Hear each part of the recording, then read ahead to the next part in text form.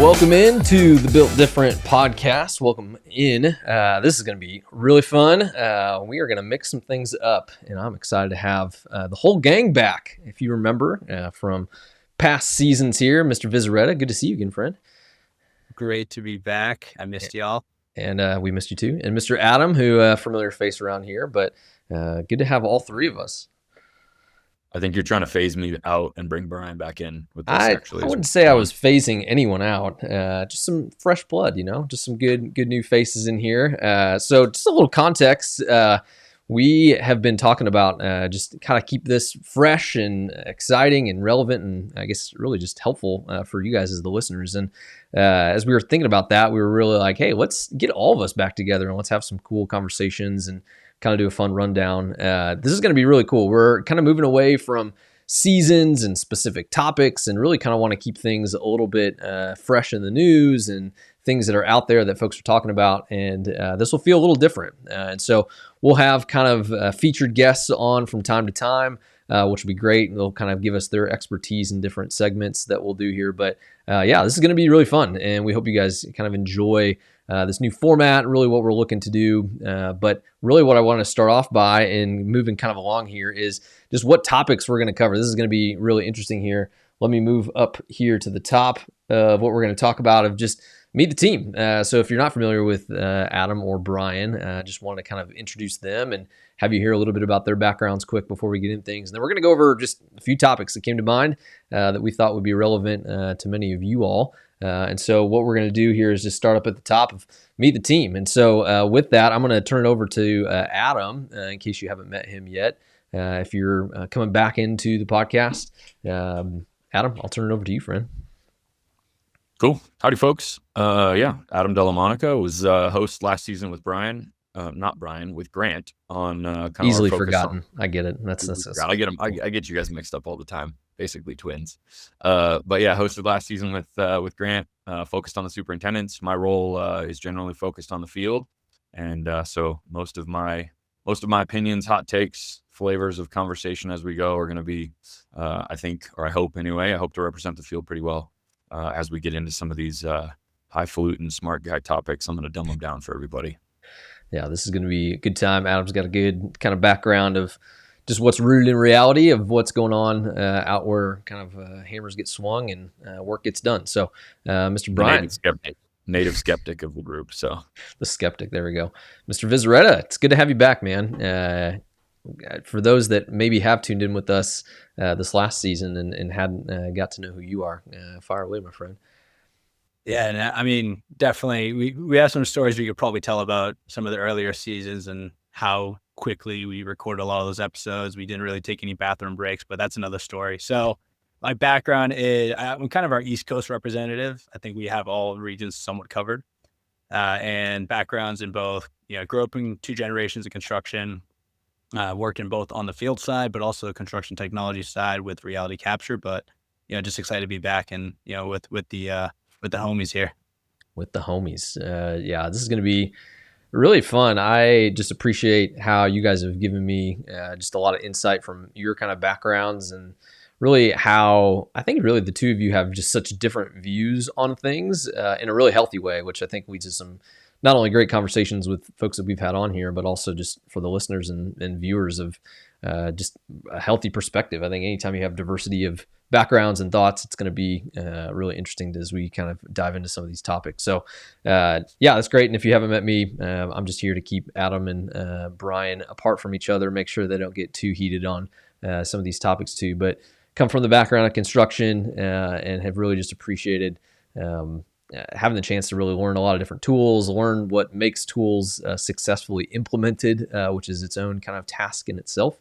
And then, yeah, just the idea of innovation and how to kind of build better together and just learn from each other to really help get some best practices on honestly some of the soft side of innovation of how do you get people behind you and what does it look like to continue to grow and innovate in the ways that you are really improving your businesses. So excited to be able to kind of moderate and host some of these conversations, as I'm sure many of you all who have been here and heard from some of our guests hopefully have gleaned a few great topics. So we hope to continue to do that as well. So we're going to head back up here to the next kind of rundown here, and that's from the field. And Adam here had a pretty hot opinion here to make this just a big topic of sorts. And actually, Brian, I think you found this quote, and we'll actually kind of play it in here. But yeah, this section really is just intended to kind of dive into a little bit more of what folks are saying out there. From the field is pretty loose, right? It could be from any different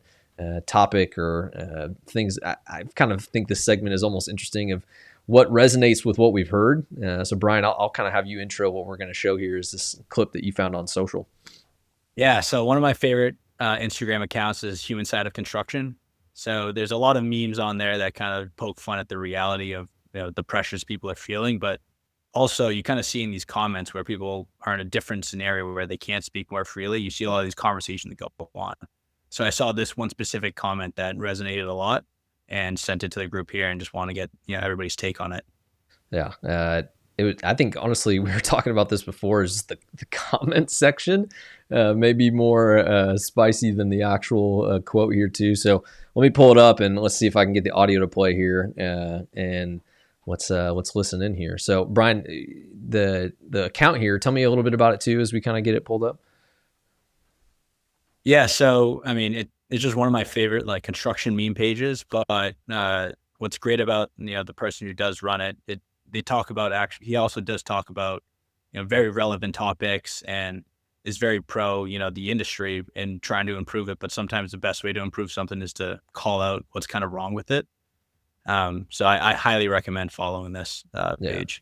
Let me see if I can hit refresh and hit my audio here at the same time. But yeah, let's listen in.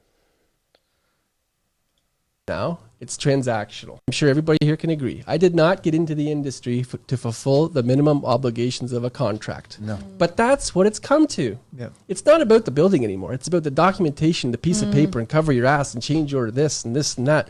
And it's overwhelming. I feel like we've gotten away from a handshake. Let's figure it out. Yep, this isn't in my contract, but that's not in your contract. Let's put our heads together, solve a problem, instead of butting heads and letting the lawyers collect all the money.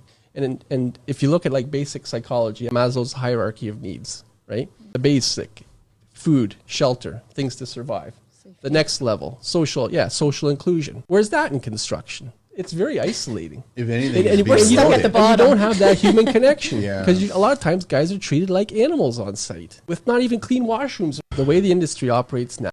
Woo! Spicy. Yep.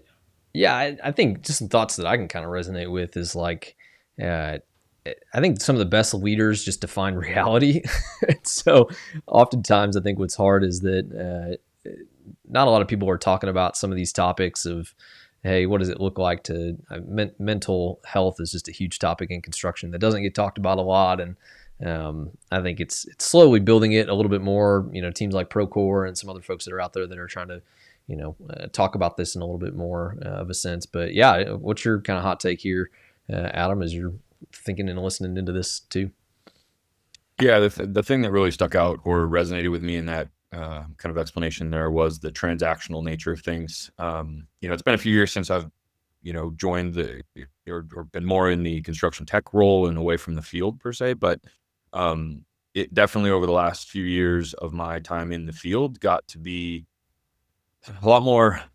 I'll use the word litigious in the term or in the context that like extra work. There's usually handshake deals that can be done in the field to get X done and Y done over here, and there's some trust that needs to be built between the general contractor and the trade partner. And there were just certain times where you get into these situations where it was like, I need a T&M tag signed for everything.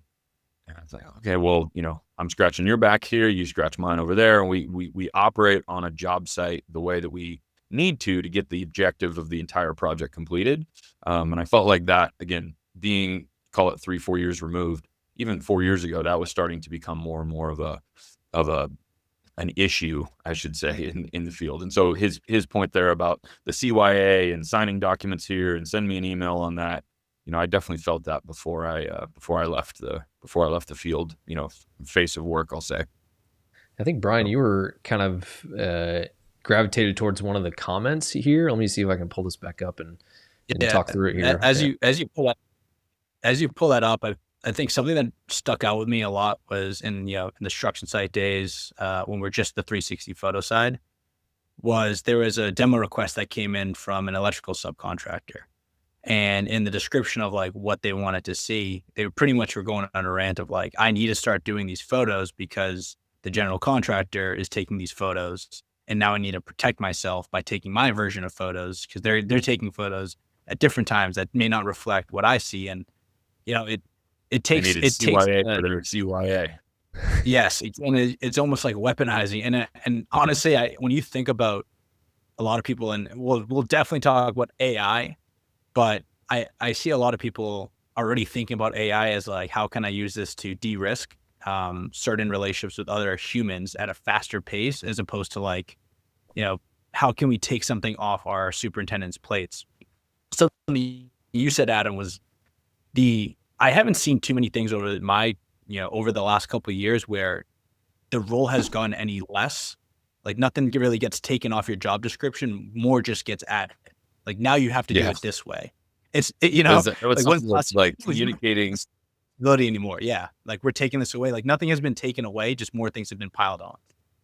That's a perfect sentiment. Something that I've like explained to a lot of my technology coworkers, I'll call it, like people, in the tech industry who have never, witnessed the construction side of things firsthand, but like trying to relay like what it's like to be on a job site every day. One of the things that I kind of regularly go to is that the to-do list never actually gets shorter, right? It's like if you're a project engineer, you're a superintendent, you're a PM, whatever. It's like, yeah, you have a list of things that you're trying to get done every day.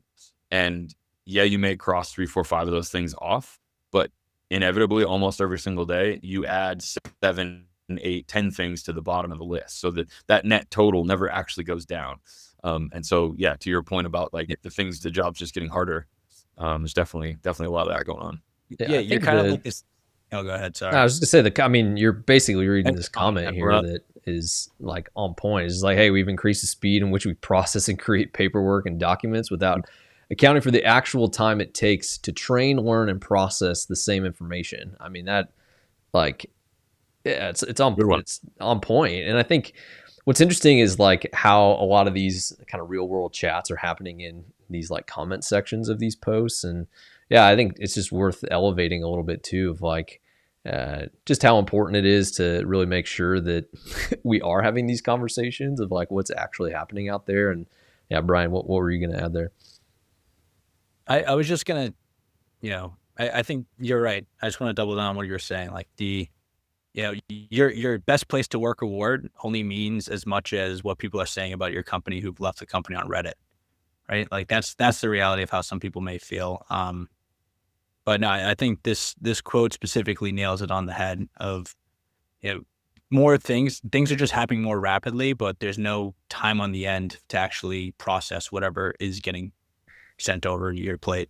Yeah, you guys all know the Flex Seal commercial, right? The whole water drum leak in and slash it on the Flex Seal, and it's like, problem solved. I feel like sometimes that's like honestly what tech has tried to almost do in this situation of like, we got all these problems and all these processes, and CYAs will like, let's just Flex Seal and tape this with tech, and that'll fix everything. I'll go one step further on that and say that a lot of like the innovation leaders in these construction companies are using tech for that, right? Like, from their perspective, they hear inefficiency and problem in the field and they're like, ooh, there's a tech solution for that.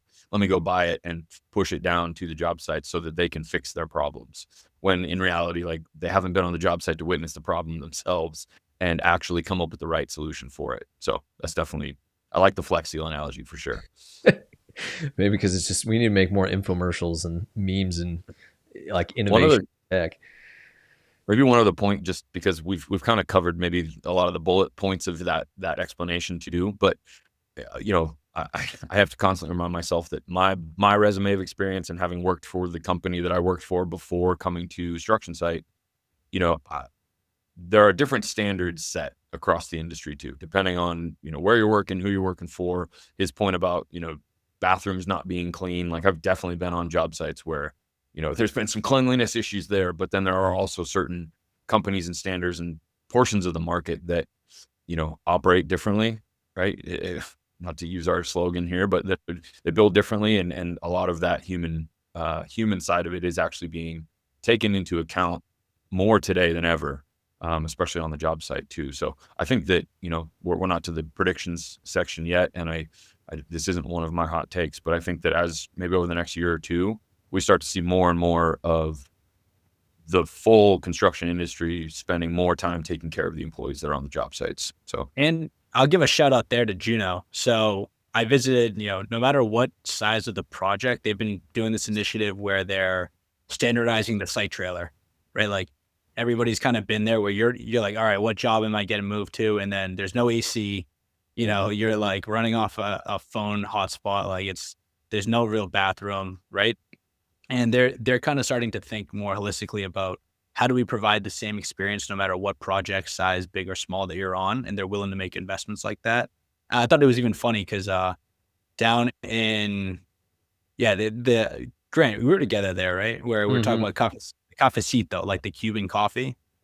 Like they have a Cuban coffee machine like standardized in all their like it sounds so dumb, but those are the small things that really do make your life a little bit easier and make things a little more bearable. And I just love, that was the first time I heard of somebody like really thinking about standardizing a specific level of quality for even just the site trailer.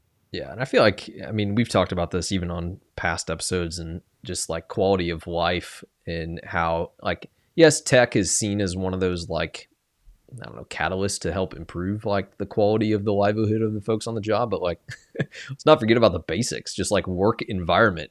Internet speed. How many times have we heard internet speed on these job sites being like, yep, can't do that because I'm running off a hotspot. And obviously there's other things that are coming out to like make that easier too. But yeah, what's just interesting about this is like, if it doesn't change, we're not going to have people to fill these roles in 5 years. And that's what's going to be pretty interesting to think of, is like, if we don't take note of some of these comments and what's actually out in the field happening, like, hey, we may not actually have the right, people to come and be a part of this industry. And I don't know. Come on, man. Submittals are going to be reviewed by robots soon. We won't need job site trailers anyway. Well, I'd love to see those. Actually, you're probably not too far off. We're not in the predictions section yet, but yeah, just interesting topic. And I appreciate the post, Brian. It was actually interesting to read through some of those comments, and boy, there's a good follow for sure, and definitely something to kind of talk through. We are experimenting with each of these sections. So if you do like that style of response, let us know and we'll keep doing it. Yeah, we prowl on the webs of socials and find some good stuff. But yeah, it's even better when it comes from you guys. So this section of kind of, is this where we say like, put it in the comments, mention, hit that like button. Like, hit that like. Yeah, I don't have a pop up for that. Like and subscribe. But yeah, so the next kind of segment we're going to talk about is in the news. This is, man, you can't scroll anywhere. I feel like this week without seeing some of this stuff of just what's going on with Deepseek and what is it. And like, I don't know. Very curious to hear your guys' opinions on just that topic alone. I feel like I found this image this week and could not resonate with it more. Let's see if I can find it and pull it up here. But just like, oh man, Deepseek's taking over the AI world, right? And a little open. I love memes, by the way, and this one's just so on point. But like, the construction industry is just at the bottom, right? It's like, it doesn't matter. We're at the bottom of the sea. And yeah, just curious of like why anyone should care about some of this stuff. Like, this is to me really interesting because man, we could like, it's fun to talk about like in the news stuff, but I think memes like that kind of help bake some realities too of like how far behind things actually are. But yeah, just curious to hear you guys' hot takes on Deepseek, because that's like the topic of the, I feel like, week. You can't scroll anywhere. You can't, watch news stuff without hearing about it. And NVIDIA's talk, stock and things and stuff. Like, yeah, it's everywhere. So yeah, very curious, Brian. I'll maybe kick it to you of just your thoughts on that topic and however you kind of want to approach it. Yeah, so I'm gonna approach it to like what I think companies may start reacting to it in the construction space. We could go down like the whole, like, is Deepseek really what it is? Is there, is Alibaba has already released their competitive, like we could go that route, but that's probably, I don't know if all three of us combined could qualify like a Nick, Pilkington or something like that. So what I would talk about is, I'll just share like a small story from my past. So I know of a company where virtual reality, right, came out, the VR headsets, and an owner asked the GC, they were like, hey, are you guys using VR? Right. And obviously this was said to a PX. The PX took it and instantly was like, we need VR in every project. There was no necessary path of like, what problem are we solving? Who's going to use it? It was just overnight. We need to buy this for, X amount, 20, 30 projects, whatever it was. We need to buy computers that can host this actual HTC Vive, etc. Right. A lot of those VR headsets ended up just sitting there and doing nothing. Because a lot of them were already past the coordination phase. The software they were using was all congruent. Sometimes people would need like custom built Unity projects versus some were just using basic VR of a model of an architectural model, and they were much earlier. So I'm not saying there's no value there, but I think very quickly people will wait and start trying to understand it over time, and then FOMO directly into something that's super aggressive without necessarily having a plan. And what I hope is, we had one of our first podcasts we had was with Anthony Charadonna, the CIO of Consigli. And that was at the Procore. Yeah, that was at the Procore show where he started talking about, everybody wants data and dashboards, but are you looking at how people are doing their daily Procore logs, right? Is there a standardization on how people are inputting information into your system right now? Because when you want to do an analysis across all your different projects, your data is not in any sort of in a consistent manner. And this was way before ChatGPT was even launched. But still, I think that's my take on it is you're going to hear all these new AI moves, and I'm not sure if it's going to create like analysis paralysis for the industry until it gets to a point where people are just going to be like, we need to start doing AI. And I'm already seeing like speakers, people are talking and doing presentations on AI, but I'm always curious, like, well, how are you actually using it rather than we're thinking about AI?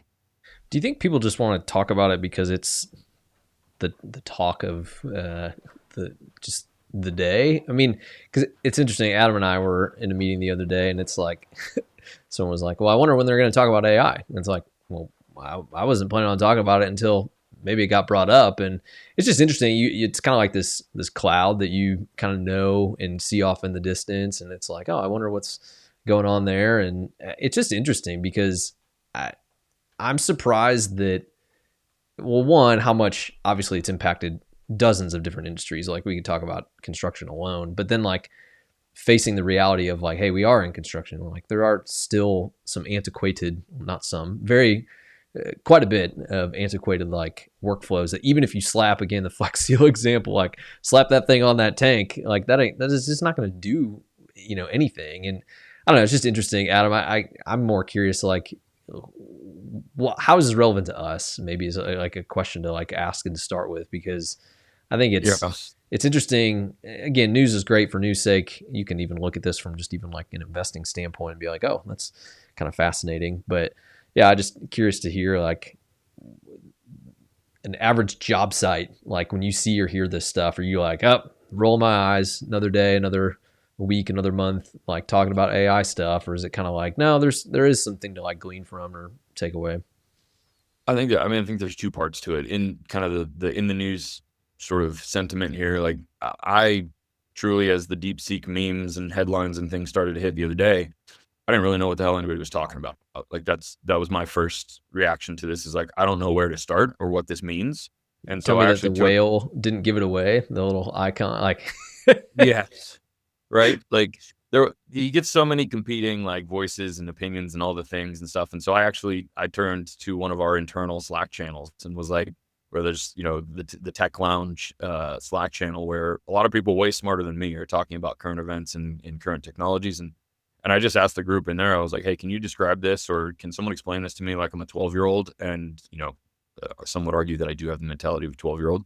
And, really through the explanation of that by smarter people, it's become a little more clear to me that like this probably is much more of an economic than technological impact, this story specifically. Looking at it from the competing with what we thought or think is, the gold standard of AI and large language models and ChatGPT, this is just another competitor now on the market that is, challenging what we think is cutting edge. So in the very, very, very most simplistic way of like understanding this story, like that was explained to me in this sort of last day or last 48 hours. So number one, that really for me is kind of the big takeaway here is like, okay, everyone calm down. ChatGPT is not going anywhere. We're not, nothing's going crazy, but this is just another thing that we need to think about. But to your point, Grant, about like job sites and construction industry and why does this matter and all those things, maybe a little hot takey here, but like I think the average job site staff kind of doesn't care right now, right? Like this isn't probably really pinging. Again, this is my take on this. This isn't like redlining anyone's thought process who is in the middle of a construction schedule at the moment. And the use of the AI that is available, even ChatGPT, I think the difference between 6 months ago to today is probably measurable in terms of like what the average project engineer, project PM, superintendent, what they're doing with AI on the job site every day. But I still think it's a small percentage of the industry that's actually embracing ChatGPT for doing day-to-day. If you ask the average project engineer, hey, have you run your RFI question through a large language model to make it a better question? The answer is probably no. I'd love to be proven wrong on that, right? But I think just talking to a lot of my friends in construction whose corporate organizations have said they're standardizing on ChatGPT. Every employee has their login and their access. You talk to the average Joe on the ground, and it's like, are they really using it? I don't think so much, but I think the next year is going to be pretty incredible. But there are tools out there that are starting to be developed, and I think almost to your point, like personalizing it in a way that is meaningful. I mean, like Trunk Tools is one that comes to mind where it's like, it's a great tool for basically built for the field, right? It's like, all right, how do you take all this information that you guys are being asked to digest, use what you're probably hearing in the news of just some new methods of chatting and interacting with documents or specs or all that stuff. And like, do you feel like that's kind of the bridge no one's talking about, is like, how do you simplify this in a way to an industry that is like, I mean, to that meme, like the skeleton at the bottom of the ocean, right? Like, I almost just worry that it's going to move so fast that like construction's just almost like a train that's running by, and they're just not going to be able to grab on, like it's almost to your point there, Grant. Like, I think though that, and maybe this is a good distinction or one that is clearer in my head, is like, when you ask the average Joe, how are you using AI on your project? I think the answer is like, I don't know.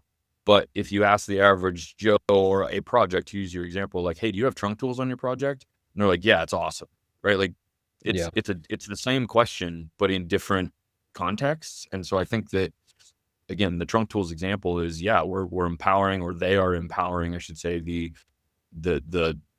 their ideal customer profile is that superintendent, that individual that's trying to remember every single detail and spec about the project on a day-to-day basis and trying to recall it quickly.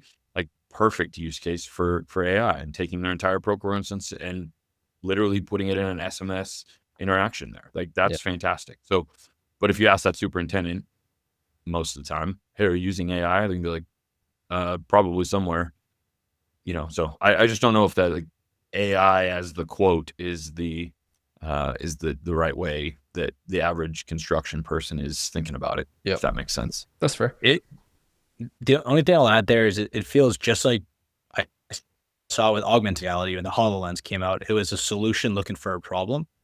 And I think when we're talking about AI, it's gonna be synonymous in the future with like how we talk about the internet. It's like, how are you using the internet? Right? It's like, I use Procore. I don't, like, you know what I'm saying? I think we're too focused on like That's this a good analogy. Yeah, we have to go use this. How are you using augmented reality versus like, how are you doing quality control?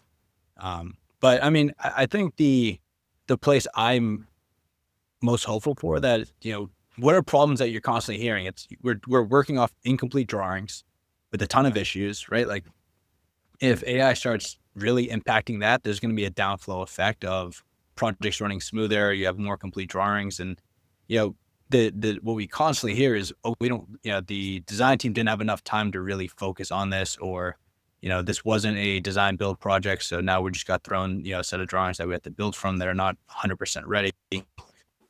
I think the time constraint is going to be an issue that hopefully gets attacked by using AI. It just speeds up what you're able to do now without having to bill as many hours. So I think there's a ton of these little conflicts and problems that I think we could talk about just as a whole. And AI is going to have parts in it, but I think a lot of it's human interaction of how much people are willing to pay for the design phase, or how early they do want to bring in a GC into the design process.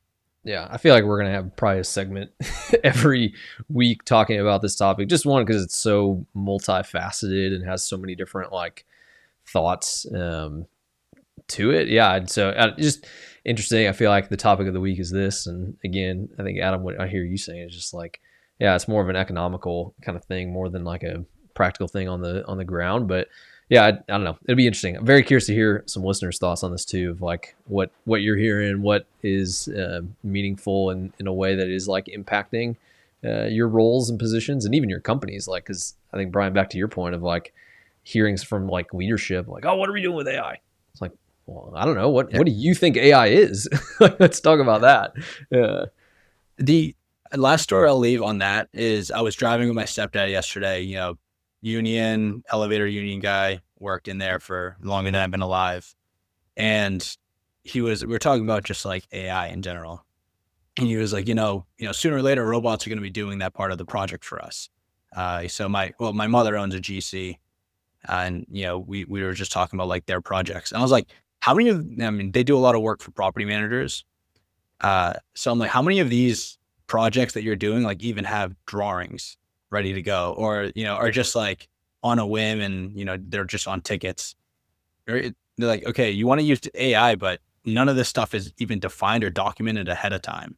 It's just, we'll figure it out in the field, right? Other than obviously you're ordering some materials, but I think that I'm like, look, it's probably going to start at a much higher level, but I think the documentation is being asked about enough. To that point, though, Brian, I think too that like maybe this is another sentiment that is not clearly communicated earlier. I think today, right now, other than like a point solution or a tool that maybe is AI based that a company is standardized on or pushed to the field, right now the use of AI, quote unquote, I think really boils down, or the emphasis is put on the individual.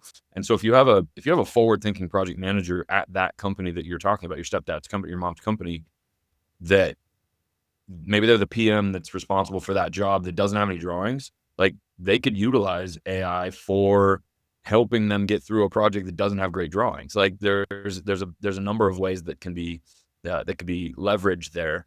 And I think today it comes down to the motivation and the forward thinkingness of the individual on the project, and that scales, right? That goes from you're either your ENR number one all the way down to the bottom. If you have a motivated individual on a job site who can leverage a tool that they found, whether it's ChatGPT or anything else, hey, look, we're all using AI now. Like that, it's out there for everyone. It's just a matter of how much the individuals today want to take it and run with it. Yeah, the education piece to me, I think, is going to be incredibly fascinating. Like, obviously, last year, 24 was like kind of the awareness phase of what is out there, but this year feels like the education phase of like, all right, what can I be physically doing, or what can I be actually doing? Like, educate me. Like, I am aware of it now, but like, I want to know where and how this is being, like, what are the clicks? What are the places? What are the tools? Like, I don't know. It's going to be really interesting to watch, because I'm quick to jump into those conversations with my buddies who are still in construction, right? Like where, I'm sitting in a seat at a tech company where I'm supposed to be smarter about the tech stuff, but I'm still just one of them in a lot of ways. And, I say ChatGPT and I say AI to them, and they're like, well, how do I use that every day? And so I've started to like pepper them with some use cases of like, well, okay, do you need to reference building code ever? Cool. Do you have access to it in your organization? Great. Create a GPT right here that references all those code books, references all that code information, and just start talking to it, right? Can you back check some of these designs? Can you back check a built condition out here using a ChatGPT? Hell yeah. There's a lot of use cases. Again, it goes back to just the motivation of the individual to implement it and employ it in their day-to-day. To go back to that to-do list, maybe there's a few things on that to-do list that you can just automate right now and not have to bang your head against the wall trying to get it all done every day. Yeah. So there's a million of those examples. It really is fascinating how, I don't know if you guys would agree with this, but like using these tools, like you just feel superhuman. Like I think about the like old way of doing some of this stuff. Makes me feel smarter.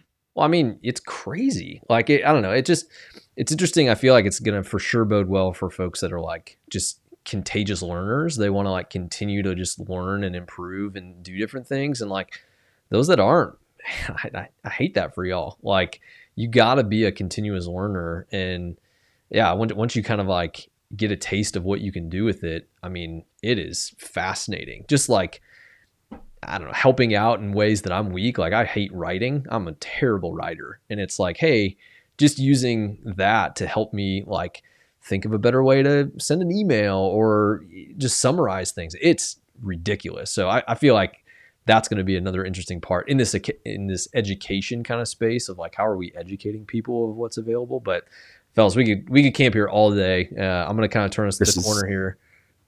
Before you get off of that, this is where I get to plug my superintendent community and the tagline that we have in that, which is because the way we've always done it isn't always the way it should be done. That's the mindset that I think you're describing right now, as being like the curious learner, is like, yeah, we've always done it this way, but with the emergence of these new tools and the way new practices, can I do it differently, more efficiently, that sort of thing. So yeah, couldn't agree with you more.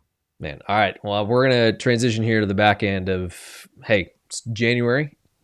Whole year ahead of us. Can't believe it's already the end of January, which is nuts. But yeah, just 25 predictions. Like what? Not actually 25 of them, unless you want to rattle them off here. But like, what's your guys' thoughts? I mean, a lot to kind of sit and stew on here. And yeah, just Brian, maybe curious to like kick it over to you. Man, what's a hot take? What's something that we got 11 months ahead of us here in 2025, and what's just been something on your mind as you've kind of seen starting the year off? And yeah, just curious to hear what I'm going to fact check you on in December here and roll back the tape. Yeah, go ahead. So I think there's going to be an emergence of these new roles. So I started hearing like small whisper. I mean, you have the the operational excellence role, which was like overseeing operations. So not someone that's in the day-to-day operations as much as someone's overseeing the way operations does things.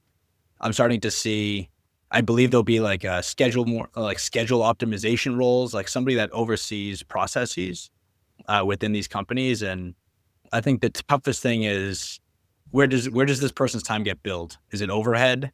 Is it something that we can charge out to a project and recover the cost? I think once cost gets figured out, more companies are going to start putting a little more investment either into like the learning and development roles or just overall viewing.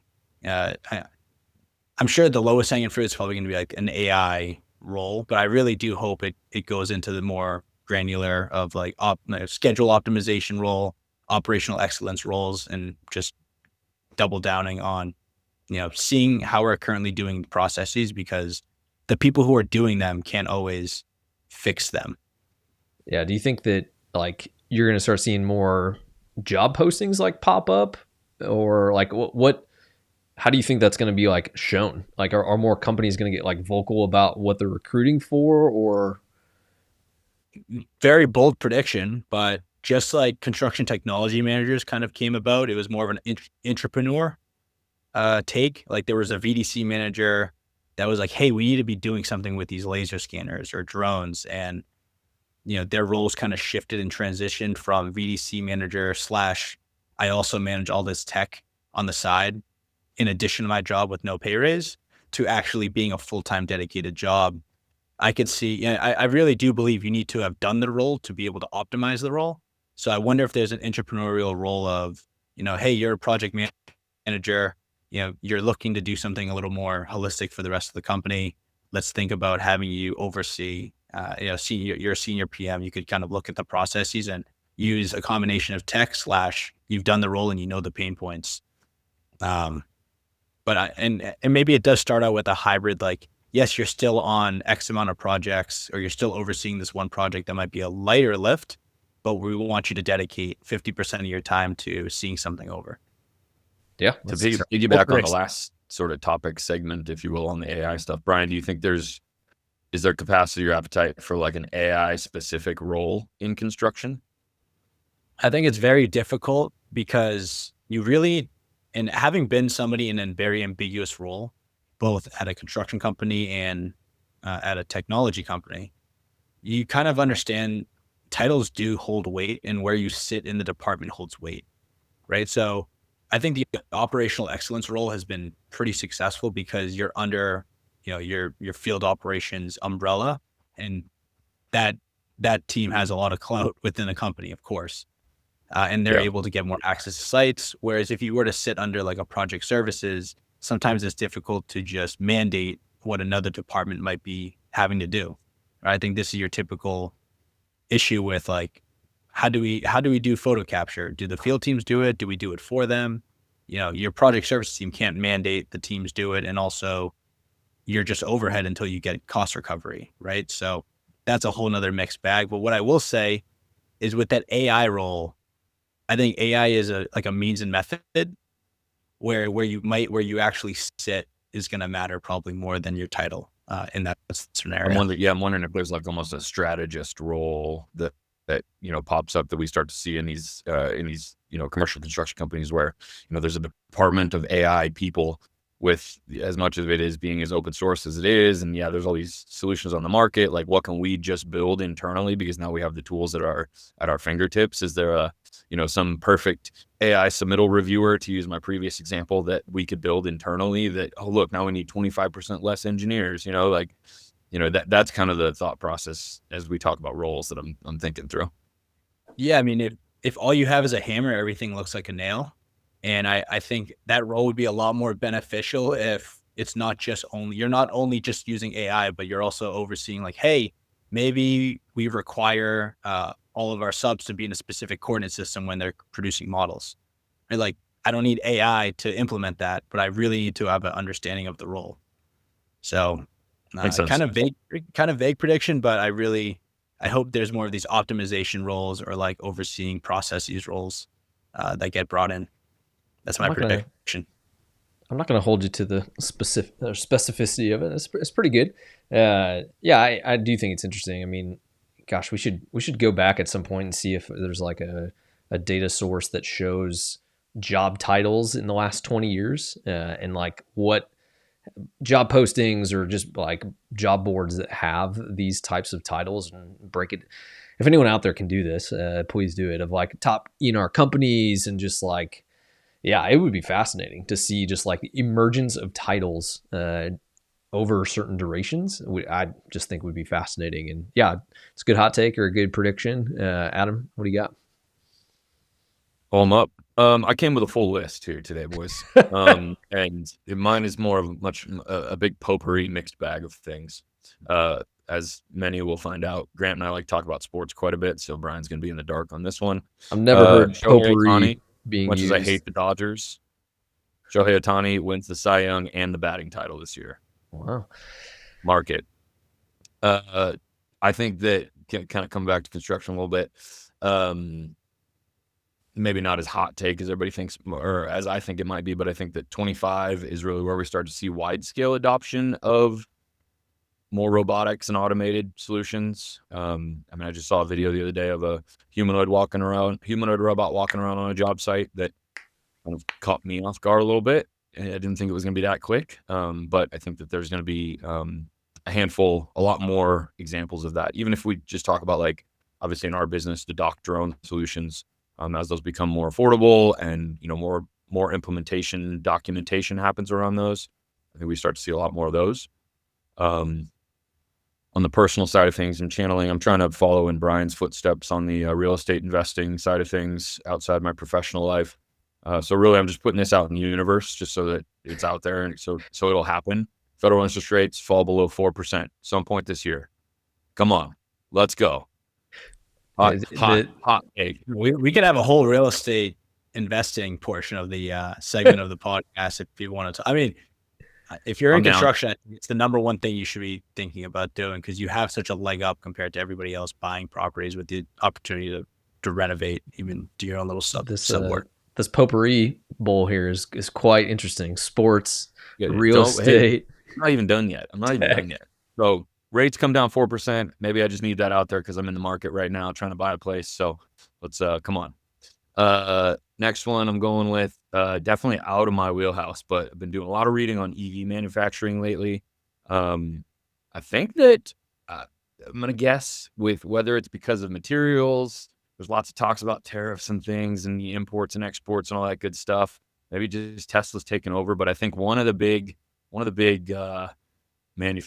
vehicle manufacturers gets out of the EV market. They're like, nope, I'm out. Let You're Tesla talking about have it. like Ford or like Honda? Yeah. Like you're saying, Ford, Honda, Toyota, pick one. I don't know. We'll see. interesting. Somebody By just end of says, I'll throw some money on this. okay, I like it. See, this is what I want. I want to get the bets rolling in. Let's see how that goes. And then my tell me last about- one, probably the hottest take of all of them. Travis Kelce and Taylor Swift break up this year. Oh my gosh. They're done. Give me Hey. the NFL back. Just give me the NFL back. My actual prediction was going to be this time next year. Old Bills are going to the playoff or the Super Bowl, but man, That was my prediction this year, and I felt the shit. Let's show the board on that one. No, those are great. Yeah, I think. What'd you pick? Did you write those down? Did you actually have like I wrote them down. I pre-baked? came prepared, dude. Yeah. I came prepared. Unreal. I think the robotics one, to me, generally speaking, or more seriously speaking, is definitely the most interesting in terms of like what we do and the part of the market that we're in. Just in general too, like what robotics solutions we've been hearing, quote unquote, robots are coming for so long.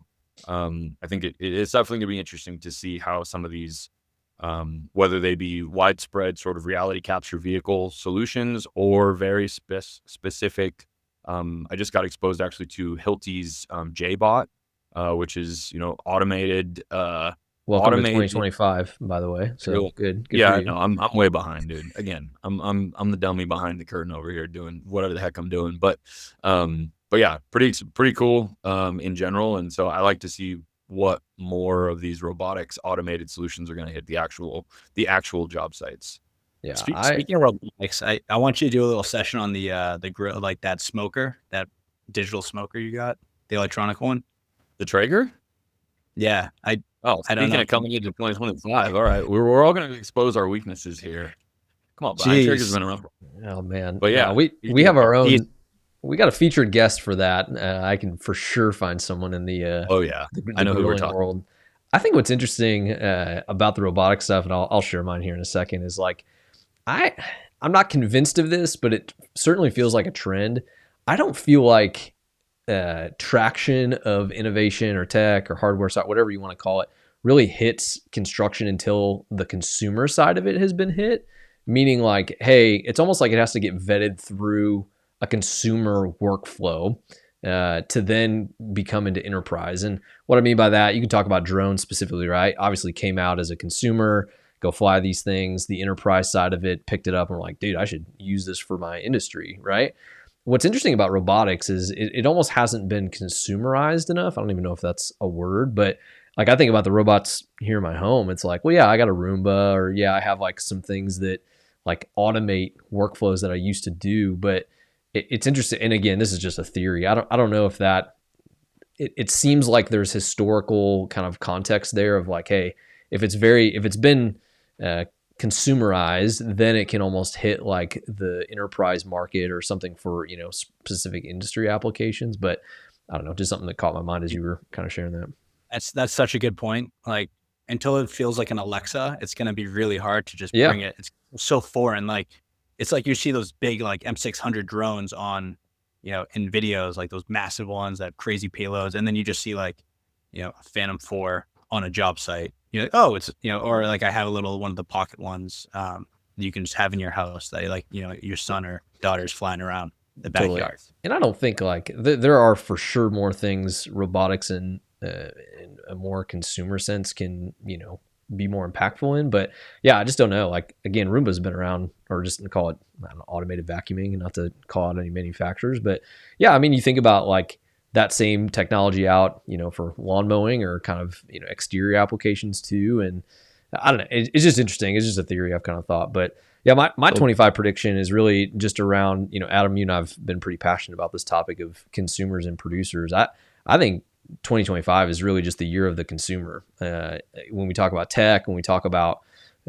just growth, adoption, those kind of things. And just for those that haven't heard me kind of use this analogy, like consumers are people that consume information, right? They're consuming data that gets produced by a producer, no pun intended here, but like, yeah, I just think there's been a lot of advancements for people that produce data. When we talk about reality capture, when we talk about, other tools that just make it easier for producers to produce more data. That's great. And obviously they should be, very well treated to make it easier to produce that data. But I think a completely underserved, I call it persona or individual, is the consumer, and just to even kind of show you guys here, I didn't, let's see if I can even pull this up here.